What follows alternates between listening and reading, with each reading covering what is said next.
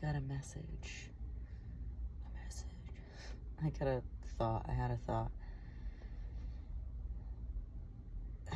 It was one thought leading into another thought while I was emptying in the loo. Number 1.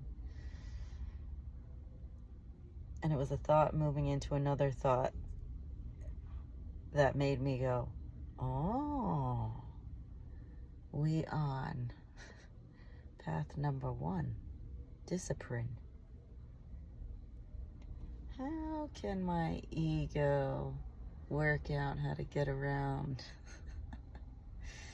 the discipline I think I need? It's a slippery one. Well, except on Fridays when I can stay up late. Sit in the car and talk to my phone. Watch YouTube Tarot. And just philosophize. Interesting, this like Kundalini spot.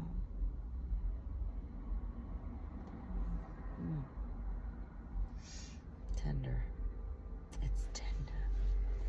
There's the horn. Gabriel's horn. Not sure I have. What do I have today? Discipline.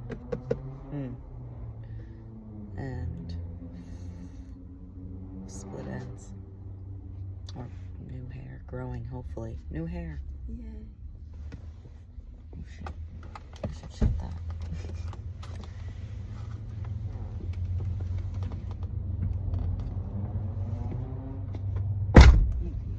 There you go. Good job. Done and done. I'll lose the light.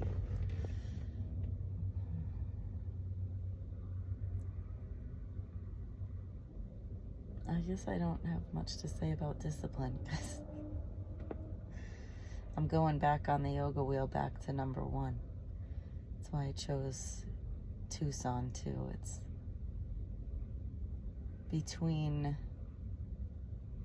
my moon and Pluto and Saturn. Moon-Pluto lines in astrocartography are like going over here, and the Saturn lines like this in Tucson's between them.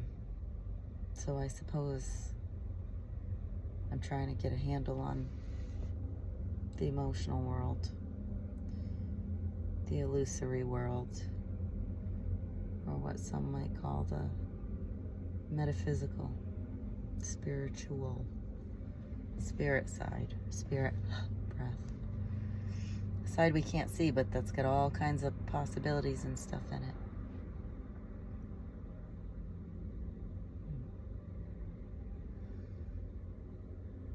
Interesting.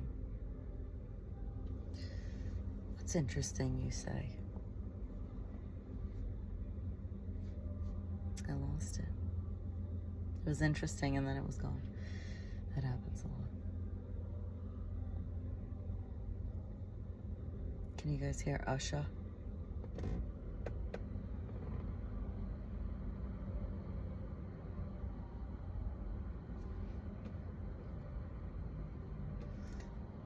Usha, Usha, doo-doo. What the fuck is this song? Hey, hey.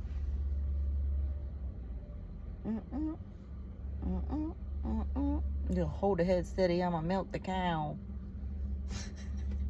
Won't stop till I get them and do something in their birthday suits. Luda being them and be off with their clothes. The bend over to the front, touch the toes. Why I'm even trying this right now. Futile. The moon's dissipating, as it does. And the energies begin to settle again. And discipline becomes a little bit easier as the feelings of FOMO dissipate. Because there's so much energy that you feel should be used, or stored up, or done something good with. And sometimes you just miss it, and sometimes you catch it. It's like, can you catch your manifestations at the right time? Can you go with the flow? Use the energy in proper accordance. Okay, so if you're gonna do that, we're getting back to discipline.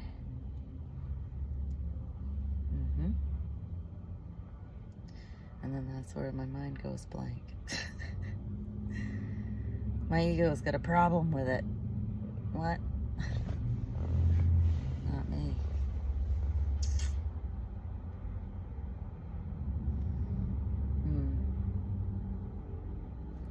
Well, I'm gonna try it. Anyone else want to try it? Discipline? Discipline to yourself first, I suppose. When you set something in motion, go with it.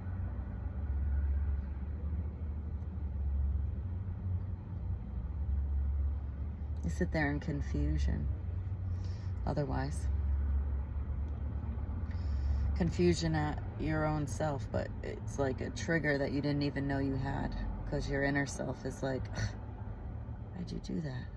And then that sets the train off separate courses, and you were just like, oh, it's all right, because we shirk off a lot of things for different reasons these days.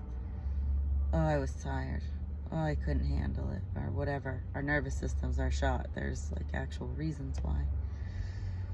You know, physiological reasons, stoppers, hampers. But as Jim Carrey once said, it's all psychological.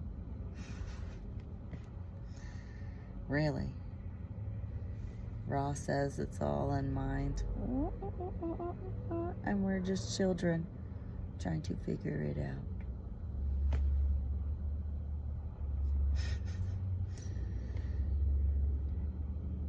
And that child needs some discipline. And maybe that child lacks some things, and so lacks some discipline. Or, excuse me. Or, it wasn't that they maybe necessarily lacked discipline, is that they had a adverse reaction to it. You know, that's another way somebody's going to deal with their own inner authoritarian. You know, it pokes at us in an angry way, and we think that's doing something, or we poke it out at other people. One way or another, it's still coming back to self. The more you dig into the way people think, you start to understand that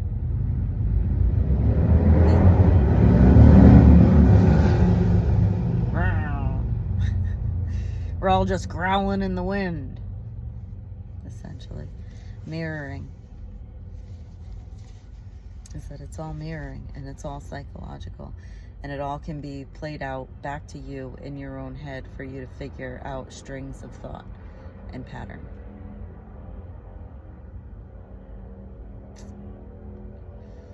So if you have discipline enough